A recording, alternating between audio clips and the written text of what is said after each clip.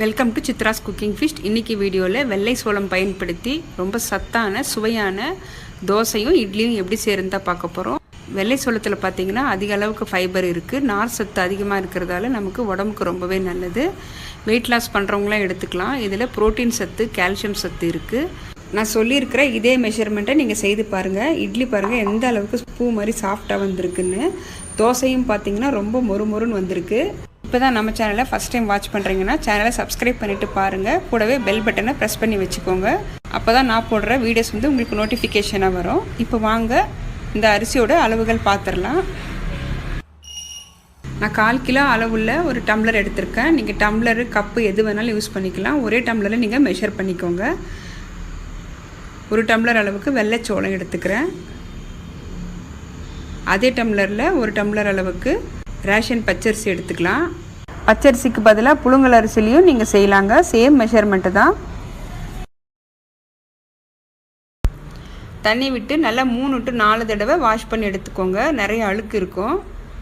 நீங்கள் இதே அளவுகளை பயன்படுத்தி வெள்ளை சோளத்துக்கு பதிலாக நீங்கள் சிகப்பு சோளம் கூட செய்யலாங்க. ஆனால் சிகப்பு சோளம் பெரும்பாலும் எல்லா கடைகளிலும் கிடைக்கிறதில்ல. சப்போஸ் உங்களுக்கு கிடைச்சதுன்னா நீங்கள் அதுலேயும் சேம் மெஷர்மெண்ட் வச்சு செஞ்சு பாருங்கள். அது இன்னுமே ஹெல்த்தி. நல்லா 2 தடவை சுத்தமாக வாஷ் பண்ணி எடுத்தாச்சு. இப்போ நல்ல தண்ணி சேர்த்துக்கலாங்க. சிறுதானியன்றதால குறைஞ்சது ஒரு 6 to 7 மணி நேரம் ஊறி வரணுங்க. அப்போ தான் நமக்கு நைஸாக அரைக்க முடியும். அரிசியும் சோளமும் ஒரு 5 மணி நேரம் ஊறினதுக்கப்புறம் உளுந்து ஊற வச்சுக்கலாம்.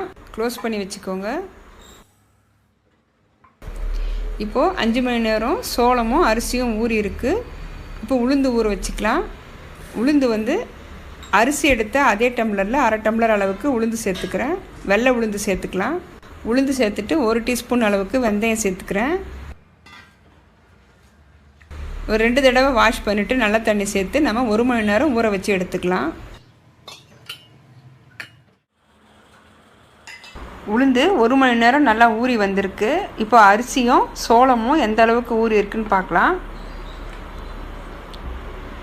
இப்போ நல்லா ஊறி வந்திருக்கு. அரிசிலையும் சோளத்துலேயும் கொஞ்சம் கல், மண் இருக்கும். நம்ம ஒரு தடவை இது போல் க்ளீன் பண்ணி எடுத்துக்கலாம்.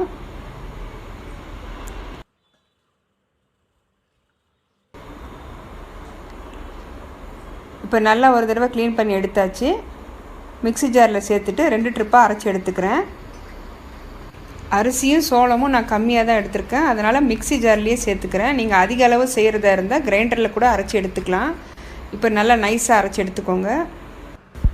மிக்சியில் அரைக்கும் போது நார்மல் தண்ணி சேர்க்காமல் ஐஸ் வாட்டர் சேர்த்து அரைச்சிக்கோங்க. அப்போ தான் நமக்கு மிக்சியோட அந்த மோட்ரு ஹீட் ஆகாமல் இருக்கும்.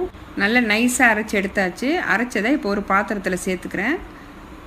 இதே போல் அடுத்த ட்ரிப்பும் அரைச்சி எடுத்துக்கலாம். அரிசியும் சோளமும் 2 ட்ரிப்பு அரைச்சி எடுத்தாச்சு. இப்போ உளுந்து சேர்த்து அரைச்சிக்கலாம்.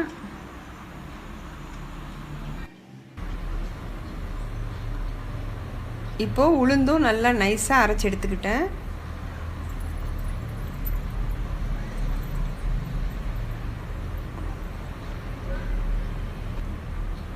மாவை ஒரு தடவை நல்லா கலந்து விட்டுக்கலாம். நல்லா 1 நிமிஷத்துக்கு இது போல் நல்லா கலந்து விட்டுக்கோங்க. நம்ம எந்த அளவுக்கு நல்லா மிக்ஸ் பண்ணுறோமோ அந்த அளவுக்கு மாவு நல்லா பொங்கி வரும். உப்பு நம்ம இப்போ சேர்க்க வேண்டாம், காலையில் சேர்த்துக்கலாம். நான் ஒரு 8 மணி போல் அரைச்சி வச்சுருக்கேன். காலையில் பார்க்கலாங்க. மாவு பாருங்கள் எந்த அளவுக்கு சூப்பராக பொங்கி வந்திருக்குன்னு. இந்த மாவில் நம்ம பணிகாரம், இட்லி, தோசை எது வேணாலும் சுடலாங்க. ரொம்பவே சூப்பராக வரும். இப்போ வெயில் காலன்றதால சிறுதானியம் ரொம்ப சீக்கிரமாகவே புளிச்சிருங்க. இப்போ மணி ஒரு காலையில் 6 மணி போல் இந்த அளவுக்கு நல்லா பொங்கி வந்திருக்கு பாருங்கள். இப்போ நல்லா ஒரு தடவை கலந்து விட்டுக்கிறேன். கலந்து விட்டு தேவையான அளவுக்கு நான் உப்பு சேர்த்துட்டு க்ளோஸ் பண்ணி ஃப்ரிட்ஜுக்குள்ளே வைக்க போகிறேன். நம்ம எப்போ இட்லி சுட ஆரம்பிக்கிறோமோ 1 மணி நேரத்துக்கு முன்னாடி நம்ம மாவு எடுத்து கலந்துட்டு இட்லி சுட ஆரம்பிச்சிக்கலாம். அப்போனா தான் மாவு நமக்கு அதிகமாக புளிப்பு ஏறாமல் இருக்கும். இப்போ இந்த கன்சிஸ்டன்சி கரெக்டாக இருக்குது. தண்ணி எதுவுமே அதிகமாக சேர்க்க வேண்டாம். இது கரெக்டாக இருக்குது.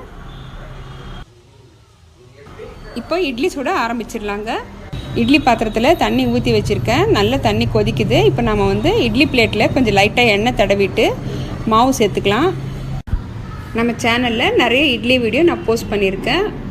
உங்களுக்கு டைம் கிடைக்கும் போது நீங்கள் அந்த வீடியோவும் பாருங்கள். அதில் சொல்லியிருக்கிற மெஷர்மெண்ட்டு பயன்படுத்தி நீங்கள் இட்லி செஞ்சு பாருங்கள். நல்லா சூப்பராகவே வரும். தோசையும் பார்த்திங்கன்னா நல்லா முறுமுறுன்னு வரும். இப்போ இட்லி பிளேட்டில் மாவு சேர்த்துட்டு க்ளோஸ் பண்ணி ஒரு 10 நிமிஷம் வேக வச்சு எடுத்துக்கலாம்.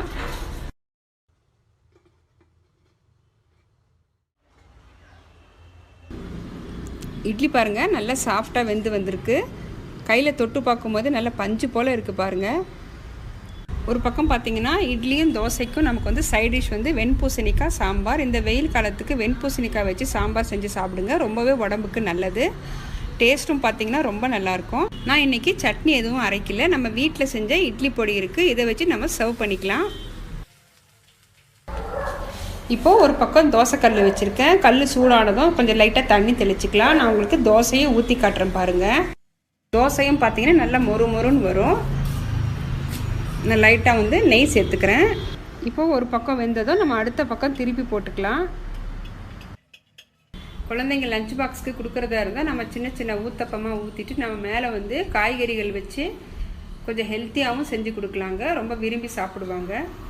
இதே போல் நல்ல கிறிஸ்பியான தோசையும் சாஃப்டான இட்லியும் வரணும்னா நான் சொன்ன மெஷர்மெண்ட்டை ஒரு தடவை ஃபாலோ பண்ணி செஞ்சு பாருங்கள். கண்டிப்பாக உங்களுக்கு சூப்பராகவே வரும். தோசை பாருங்கள் எந்த அளவுக்கு கிறிஸ்பியாக இருக்குன்னு.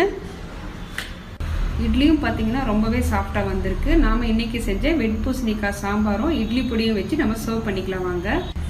நம்ம சித்ராஸ் குக்கிங் ஃபிஷ் சேனலை இப்போ தான் ஃபஸ்ட் டைம் வாட்ச் பண்ணுறீங்கன்னா நம்ம சேனலை சப்ஸ்கிரைப் பண்ணிக்கோங்க. லைக் பண்ணுங்கள், ஷேர் பண்ணுங்கள், கமெண்ட் பண்ணுங்கள், பெல் பட்டனை ப்ரெஸ் பண்ணி வச்சுக்கோங்க. அப்போ தான் நான் போடுற லேட்டஸ்ட் வீடியோஸ் வந்து உங்களுக்கு நோட்டிஃபிகேஷனாக வரும்.